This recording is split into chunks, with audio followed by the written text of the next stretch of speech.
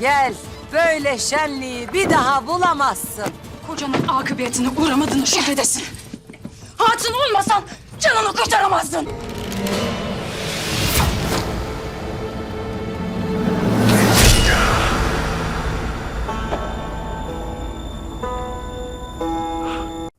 बिस्मिल्लाहिर्रहमानिर्रहीम।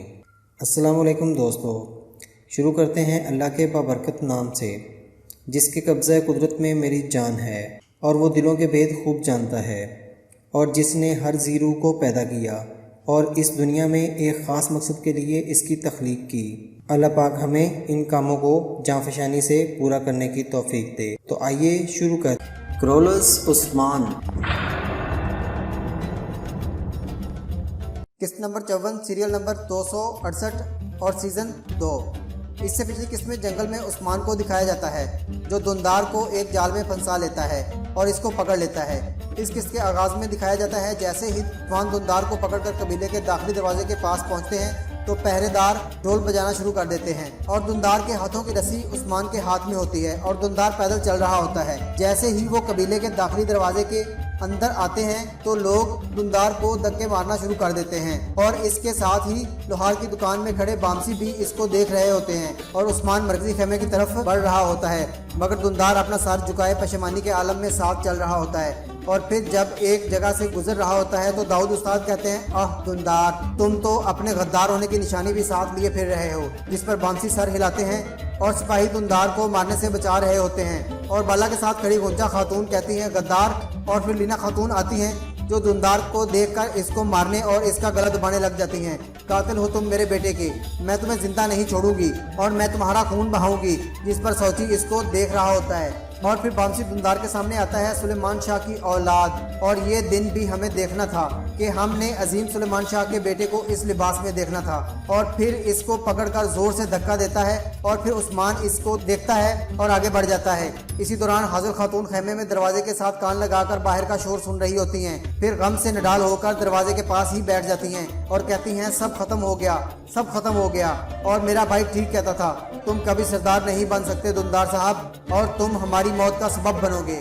इसके बाद मरकजी खेमे में उस्मान को दुंदार और सरदारों के साथ दिखाया जाता है, जो दुंदार को कहता है सुलेमान शाह का बेटा और अर्तुगरुल का भाई और काई के सरदार को देखो, और अब तुम मुझे अपनी हर एक गद्दारी के बारे में बताओगे। जिस पर सब सर झुका लेते हैं और उस्मान कहते हैं तुम अपने सरदार को बताओगे, तुम अपने कबीले और हम मजहबों को बताओगे। जिस पर दुंदार कहता है मैं चाहता था काई की खुशहाली हो और मैं चाहता था जिन जंगों में हमारे बच्चों की जानें जाती हैं इनको खत्म होना चाहिए। जिस पर उस्मान कहता है अच्छा, तो जब हम जिहाद के लिए निकले थे तो तुम हमारी खबरें दुश्मनों को पहुंचाया करते थे, तो इस तरह तुम बच्चों की जान बचाना चाहते थे। जिस पर दुंदार कहता है खून की नदियां बहाने से चंद लोगों का खून बहाना बेहतर था। जिस पर सौची आकर दुंदार को गिरेबान से पकड़कर कहता है बायोजा के खून के गद्दार हो और बायोजा के कातिल हो। जिस पर गुंदूस इसको पकड़कर वापस बिठा देता है और उस्मान भी हाथ के इशारे से बैठने का कहता है। और फिर दुंदार कहता है मैंने बायोजा को मरवाने के लिए नहीं किया, बल्कि मेरा मकसद कुछ और था। जिस पर उस्मान कहता है तुमने काई सरदार को मरवाने के लिए किस किस से साजबाज की बताओ। जिस पर बामसी कहते हैं काई के सब दुश्मनों से। क्या मैं ठीक कह रहा हूँ ना दुंदार? जिस पर उस्मान सिपाही को इशारा करते हैं और वो पैतरूस और मलक को लेकर आते हैं और दुंदार के साथ बिठा देते हैं। जिस पर उस्मान कहते हैं ये तुम्हारे भाई और साथी हैं दुंदार, अब बोलो। जिस पर वो धीमी आवाज में कहता है मैं निकोला से मिला हुआ था, और उस्मान गुस्से से कहते हैं जोर से बोलो। जिस पर उस्मान कहता है तुम्हें जो भी खबर मिलती थी तुम इन तक पहुंचा रहे होते थे और हमारे हर कदम की खबर इनको पहले से होती थी। और दुंदार कहता है जिन कमानियों पर हमला करके हम तुम्हारा नाम खराब करना चाहते थे और वो दस्तावेजात इन तक पहुंचाने के लिए इनका साथ दिया और इनको कबीले में दाखिल करवाया, ये तुम्हारा दूसरा जुर्म था और तुमने हमारे खेमे तक दुश्मन को पहुंचाया। और बताओ। और फिर वो कहता है मैंने तो गाय का भी साथ दिया। जिस पर उस्मान कहता है ये तुम्हारा तीसरा जुर्म था, और बताओ। और फिर उस्मान कहता है तुमने पौप के लोगों का साथ दिया, तुमने कस्तुनिया के काफिरों का साथ दिया और मंगोल काफिरों का भी साथ दिया, और अब बताओ कोई और काफिर बच गया है क्या जिसका तुमने साथ ना दिया हो। और वो पौप के निशान वाला एक कपड़ा इसके मुंह पर मारता है और अपनी कमान उठाकर दुंदार के पीछे खड़ा हो जाता है और कहता है जो हक पर हैं वो कभी जुल्म वाले फैसले नहीं करते। ऐसा नहीं हो सकता कि तुम शैतान का भी साथ और हक की भी राह पर चलो, और ऐसा भी नहीं हो सकता कि तुम जिहाद की राह पर भी चलो और काफिरों का साथ भी दो। और तुमने अपने सरदार, अपनी कौम और अपने कबीले और अपने मजहब से गद्दारी की और इसकी सजा सिर्फ मौत है, सिर्फ मौत। और कमान इसकी गर्दन में डालकर खींचते हैं, अपनी आखिरी नमाज अदा कर लो, इसके बाद मैं तुम्हें मार दूंगा। ये कहते हुए इसकी गर्दन से कमान हटा देते हैं और आगे धक्का मार देते हैं, जिस पर दुंदार कहता है शुक्रिया भतीजे।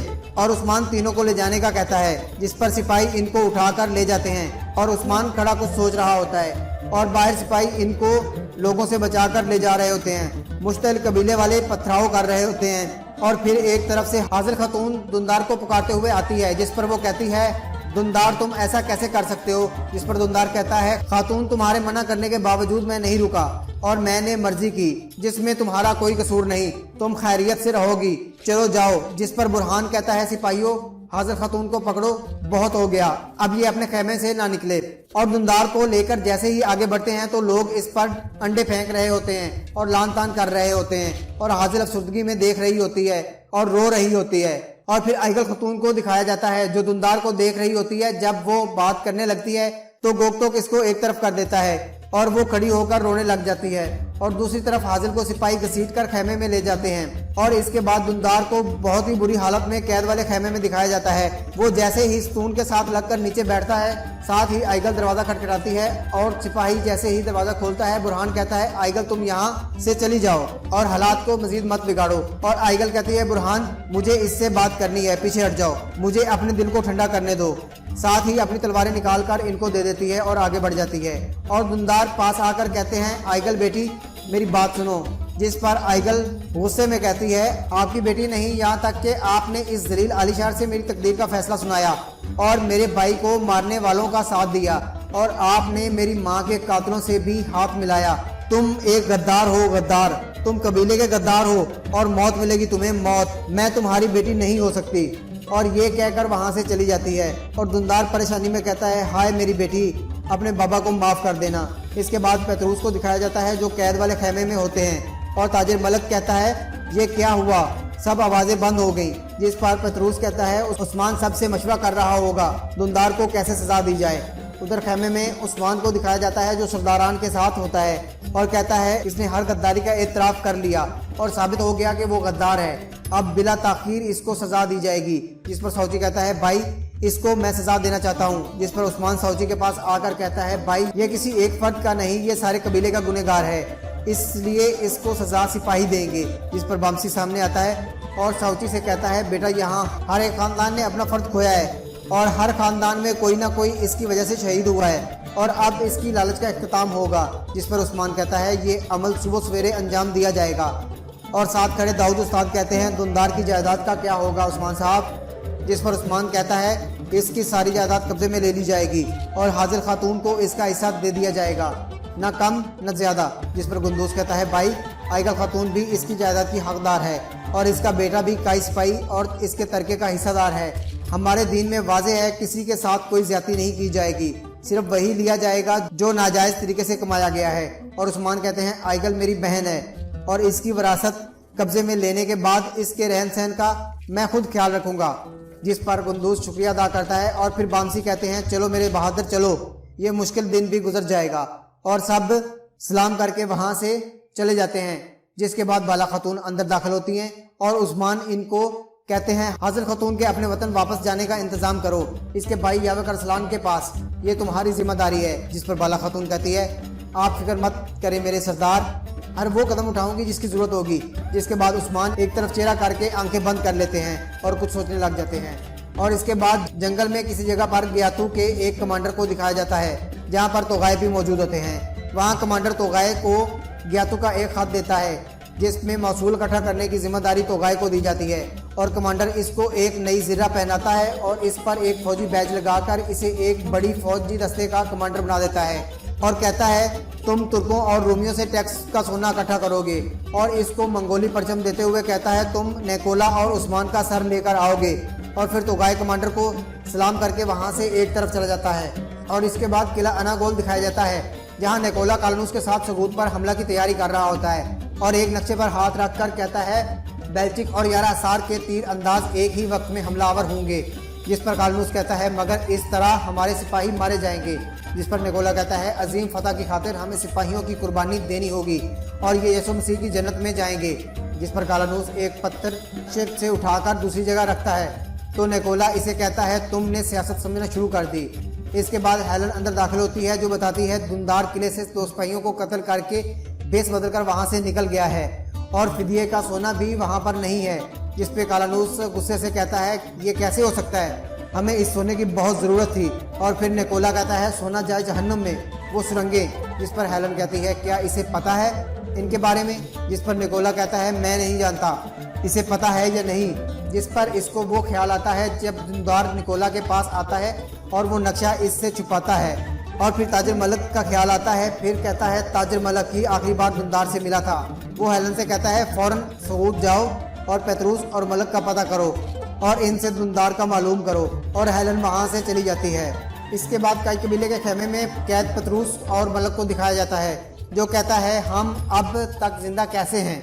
जिस पर पेतरूस कहता है वो हमसे सब कुछ जानना चाहता है।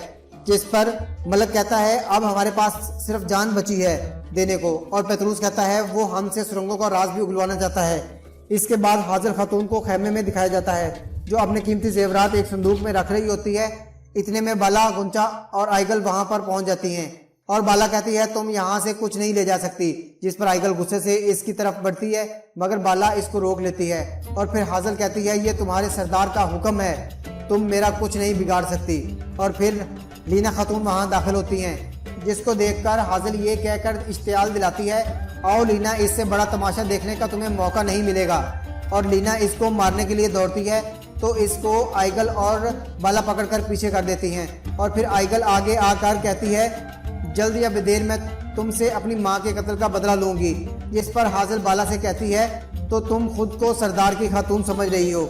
और बाला सबसे कहती है खवातीन रुकें। और फिर हाजिल एक हार निकालकर आइगल की तरफ फेंक कर कहती है तुम्हारे बाप के मरने के बाद ये सब तुम्हारा होने वाला था और अब ये दूसरों के हाथों में जा रहा है। जिस पर आइगल कहती है मैं हराम की कमाए हुए माल से भूखा रहना बेहतर समझती हूँ। इसके बाद बाला सिपाहियों को हुक्म देती है ये सब ले जाओ और वो संदूक उठाकर वहाँ से चले जाते हैं। फिर बाला कहती और अब जो तुम्हारा हक है वो लो और यहाँ से दफा हो जाओ। और फिर हाजिर खातून कहती है चूंकि अब तुम्हारी शक्लें मुझे नहीं देखनी पड़ेंगी इसलिए मुझे इस सोने का कोई दुख नहीं। जिस पर बाला खातून कहती हैं शुक्र करो दोबारा हमारी शक्लें ना देखनी पड़े वरना अब इस बार छीनने के लिए सोना नहीं कुछ और होगा। और वहाँ से चली जाती हैं। इसके बाद खेमे में दुनदार को दिखाया जाता है जो खुद को कहता है हाय दुनदार, तुमने अपने कबीले और अपने बच्चों में बेइज्जत हो गए। और फिर गोकतोक और बुरहान अंदर दाखिल होते हैं जिस पर वो कहता है तो तुम मुझे मारने के लिए आ गए। और फिर हाजिल का पूछता है जिस पर बुरहान इसके हाथ में कपड़े देते हुए कहता है वो भी तुम्हें मालूम हो जाएगा चलो। और इसके बाद पेतरूस और साइमन यानी मलक को दिखाया जाता है जो कहता है अब क्या करेगा वो। जिस पर पेतरूस कहता है वो पहले दुनदार को मारेगा और फिर हमें इस्तेमाल करेगा। जिस पर साइमन कहता है क्या उस्मान या दुनदार इन सुरंगों के बारे में जानता है। तो वो कहता है मुझे नहीं पता मगर हमने पॉप को खुश करना है और हमारा मकसद उस्मान की मौत है, ये कभी मत भूलो। और उधर दुनदार को जब मरकजी खेमे की तरफ लाया जा रहा होता है तो सारा कबीला सुनसान होता है और तेज हवाएं चल रही होती हैं। फिर दुनदार के पूछने पर गोकतोक जवाब देते हैं ये इसलिए है कि कोई तुम्हारी लाश तक नहीं देखना चाहता। और फिर लेकर आगे बढ़ जाते हैं और लोग अपने खेमों से बाहर आने की बजाय इनको दरवाजों से देखकर दरवाजे बंद कर देते हैं। और उधर मरकजी खेमे के सामने उस्मान और इसके सिपाही इंतजार में होते हैं और सौची बायोजा को लगा हुआ तीर हाथ में लिए खड़ा होता है। और फिर दुनदार खेमे की तरफ बढ़ता हुआ आइगल के पास रुकता है और इसको कहता है बेटी फी ईमान इल्लाह। और आइगल कहती है अगर आप इज्जत की मौत मरते तो मैं भी आपको अल्लाह की रहमत में सौंपती। और फिर जब साउची के पास जाता है तो वो तीर सामने करके कहता है ये वो तीर है जो बायोजा के सीने में पैवस्त हुआ था।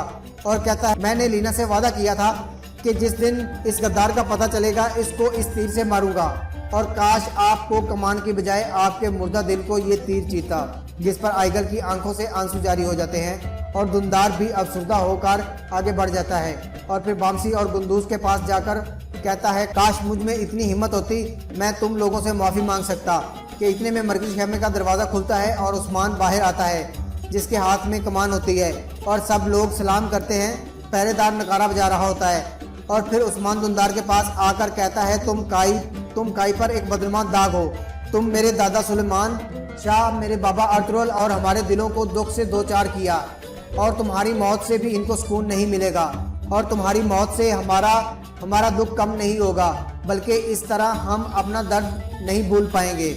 और बुरहान को अपनी कमान देता है। 2 सिपाही पकड़कर इसको नीचे बिठा देते हैं, और उस्मान का इशारा मिलने पर जैसे ही बुरहान इसकी गर्दन में कमान डालता है तो दुंदार उस्मान से कहता है, मेरी एक आखिरी ख्वाहिश है, आपके हाथों मरना चाहता हूँ। मैं तुम्हें तुम्हारी दादी हाइमा का वास्ता देता हूँ।